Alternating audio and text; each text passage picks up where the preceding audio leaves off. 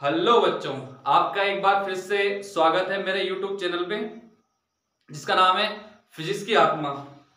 तो आज का जो थॉट है आपके लिए, द्वंद्व कहां तक पाला जाए, युद्ध कहां तक टाला जाए, राणा का तो वंशज है, फेंक जहां तक भाला जाए। तो बच्चों, इसी थॉट के साथ हम आज का वीडियो स्टार्ट करते हैं।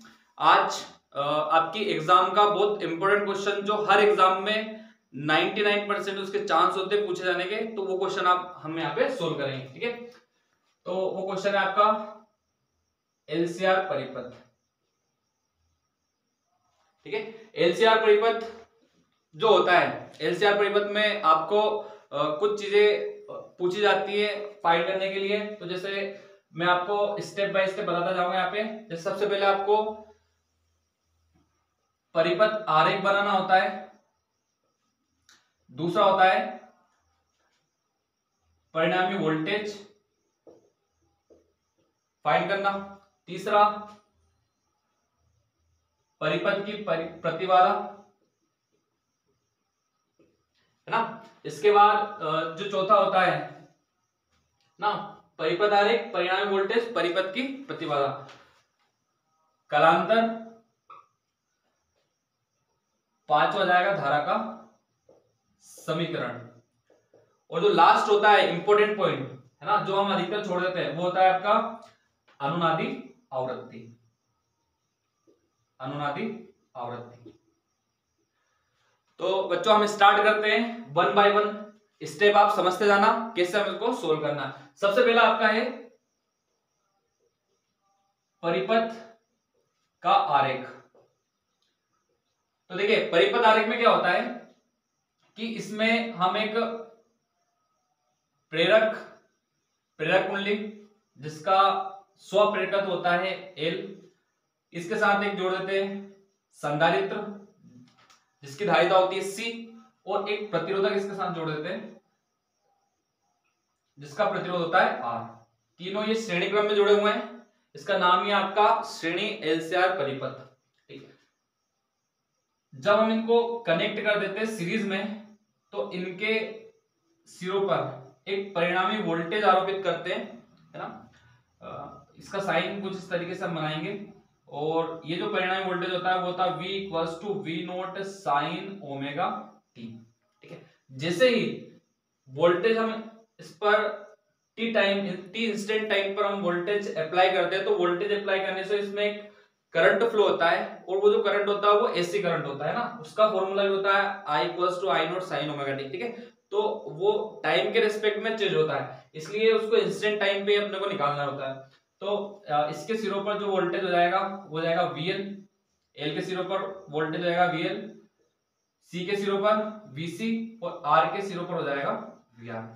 ठीक है, अब थोड़ी सी कहानी यहाँ पे अपने को लिखना होती है हमारे एग्जाम्स वगैरह में कि L, C और R जो है सीरीज में जुड़े हुए हैं, इनके सिरों पर V बराबर V0 साइन ओमेगा टी विभवांतर में आरोपित करते हैं, और किसी इंस्टेंट टाइम पर इसमें करंट I फ्लो होता है। ठीक है, अब करंट की वजह से एल के सिरों, ये आपका परिपथ आरेख हो गया है ना, परिपथ आरेख। अब आपको क्या करना है, सेकंड वाले पे जाते हैं हम, परिणामी वोल्टेज। ठीक, तो सेकंड पॉइंट है आपका परिणामी वोल्टेज। परिणामी वोल्टेज में आपको क्या बताना होता है कि जैसे ही वोल्टेज आपने लगाया इस सीरीज सर्किट में, एलसीआर सर्किट में, तो इसके सिरों पर विभवांतर VL, VC और VR, तो धारा I के कारण, है ना, प्रत्यय धारा I के कारण L के सिरों पर उत्पन्न विभवांतर, L के सिरों पर उत्पन्न विभवांतर क्या हो जाएगा, VL इक्वल्स टू IXL। ठीक है, VL विभवांतर, I धारा, XL जो है आपकी ये प्रतिबाधा है, लेकिन किसके सिरों पर प्रतिबाधा है, L के सिरों पर, मतलब L की प्रतिबाधा है। इस प्रेरक यानी कि प्रेरक कुंडली में जो प्रतिबाधा लगाई है धारा के मार्ग में, उसको हम बोलेंगे XL, इसलिए इसका नाम हो जाएगा धारिती प्रतिघात, इसको बोल देंगे धारिती प्रतिघात। क्या बोलेंगे इसको, धारिती प्रतिघात। ठीक है, इसी प्रकार ये तो हो गया L के सिरों पर, C के सिरों पर, C के सिरों पर उत्पन्न विभवांतर, सी के सिरों पर V C equals to I X C. Okay, इसकी वैल्यू जो होती है एक्सएल की जो वैल्यू होती है ओमेगा एल। तो हम इसको कोणीय आवृत्ति की फॉर्म में लिख देते हैं V L equals to I omega L. ठीक है, ऐसे इसको लिख देंगे V C equals to I divide by omega C. देखो ये मैंने जो है जो एक्सएल की वैल्यू ओमेगा एल है और एक्स सी की वैल्यू 1/ओमेगा-c है, ये मैंने आपको दूसरे वीडियो में बता रखा है किस तरीके से वैल्यू आती है। इसके जो प्रीवियस वीडियो है आप देखोगे तो उसमें आपको ये मिलेगा।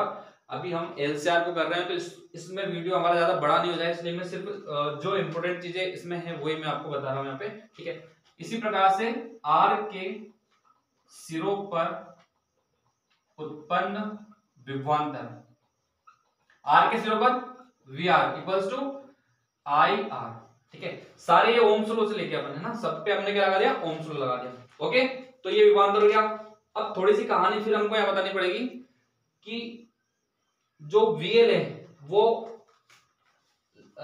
ये क्या लीड करता है, किससे, करंट से लीड करता है और ये लैग करता है। ठीक है, यानी कि ये करंट से 90 डिग्री अग्रगामी होता है और वीसी के सी के सिरों पर उत्पन्न विभवांतर वीसी धारा से 90 डिग्री पश्चिमगामी होता है और जो आर के सिरों पर विभवांतर है वो समान कला में होता है। ठीक है, तो इस तरीके से होता है।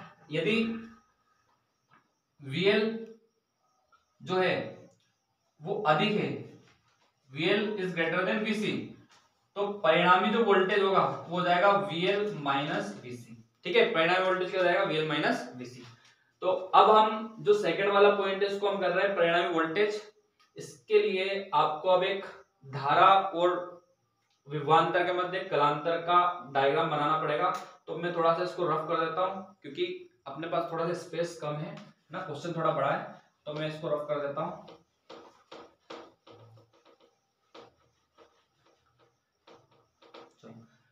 इसको निकालने के लिए परिणामी वोल्टेज आपका चल ही रहा है ना, जिसे भी नोट करना है वो वीडियो को पॉज करके और इसको नोट कर सकता है, परिणामी वोल्टेज।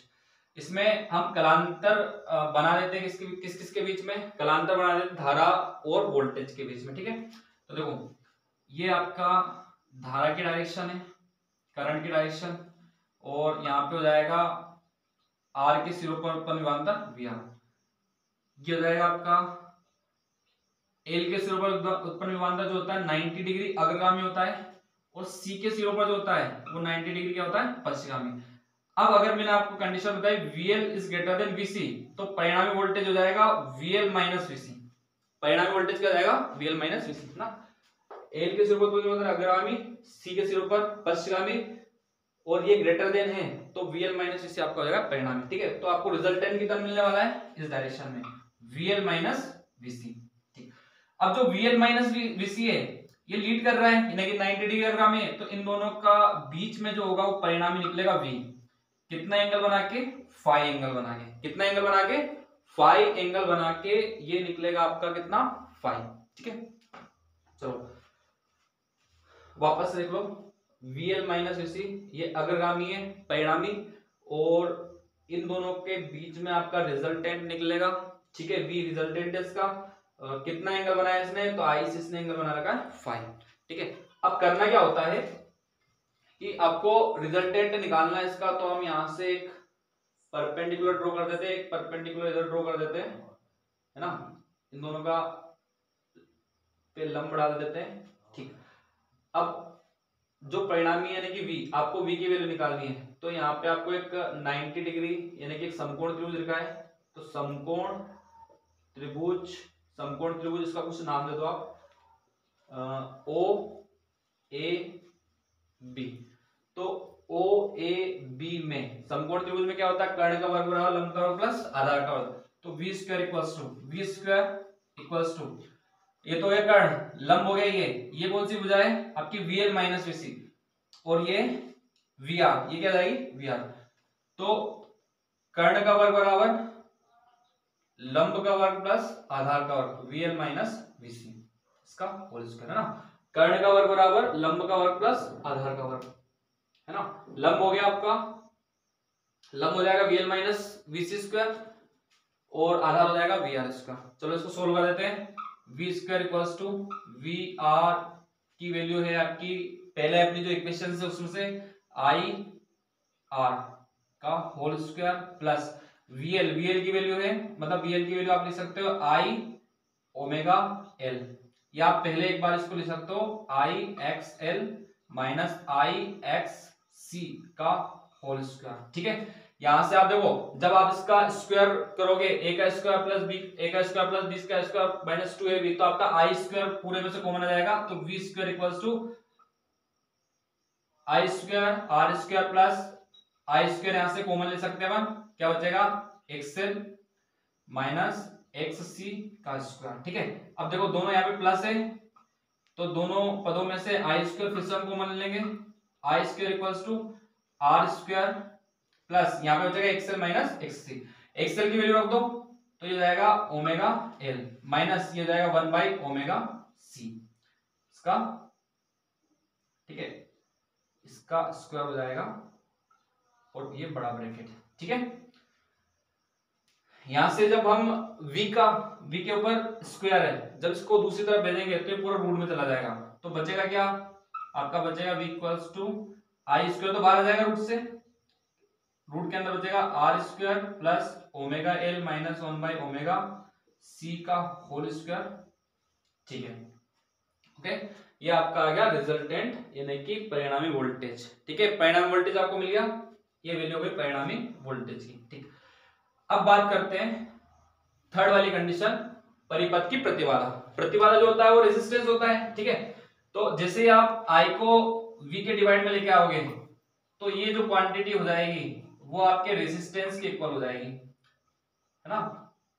ये जो क्वांटिटी है V by L, sorry V by I है ना, V बाई आई जो है आपका V बाई आई, ये आपका प्रतिरोध के बराबर हो गया, और ये जो प्रतिरोध है वो R एल और सी के कारण है, इसलिए इसको परिपथ की प्रतिबाधा कहेंगे। क्या कहेंगे इसको, परिपथ की प्रतिबाधा। ठीक है, तो यहां से हम लिख देंगे राशि R square plus omega L minus 1 by omega C का स्क्वायर किसके बराबर है, प्रतिरोध के तुल्य है, प्रतिरोध के तुल्य है। शायद हो सकता है नीचे का दिख नहीं रहा है ना, मैं ऊपर का वापस से रफ कर देता हूं, ये साइड में लिखता हूं, ये प्रतिरोध के तुल्य है, इसे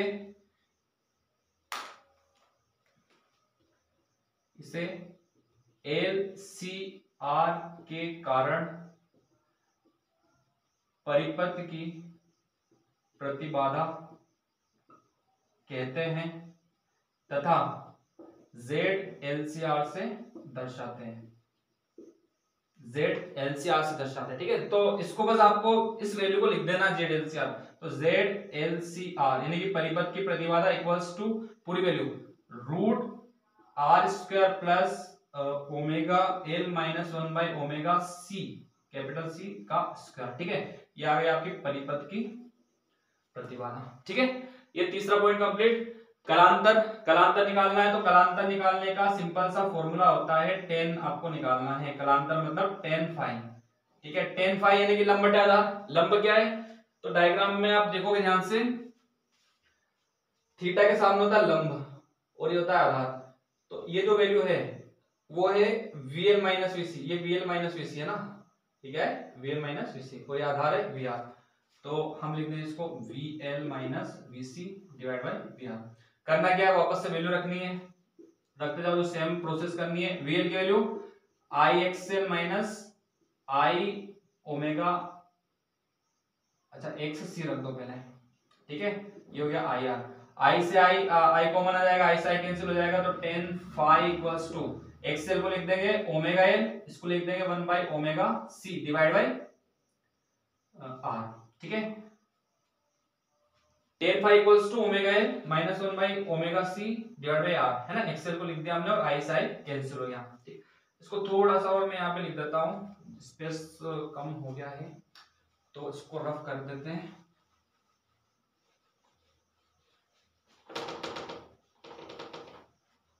चलो, फाई की वैल्यू निकाल लो, कलांतर निकल गया, phi equals to tan inverse omega L minus 1/ओमेगा c डिवाइड बाई आर।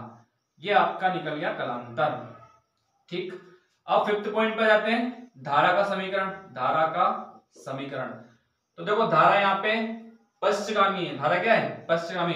तो I equals to I naught sine omega T minus 5 से हम धारा को क्या करेंगे? रिप्रेजेंट करेंगे। ठीक है, ये निकल गया आपका धारा का समीकरण। और लास्ट और इंपॉर्टेंट पॉइंट, देखो कंडीशन इसमें 3 बनेगी। एक बार ओमेगा एल ग्रेटर हो जाएगा ओमेगा सी से, तो वैल्यू आपकी पॉजिटिव आएगी। एक बार ओमेगा एल, देखो 3 कंडीशन बनती है, लेकिन अपने को ये कंडीशन लेनी, तो मैं अगले क्वेश्चन में उसको समझा दूंगा। अभी हम अनुनादी आवृत्ति यहाँ पे निकाल लेते हैं। तो कंडीशन होती है यदि ओमेगा एल बराबर हो जाए ओमेगा सी के। ओमेगा एल ओमेगा सी के इक्वल हो गया, या आप ऐसा, इसको ऐसा नहीं लिखना, तो पहले आप ऐसा लिख दो इसको, एक्स दोनों की प्रतिघात क्या हो जाए? बराबर हो जाए। एक्स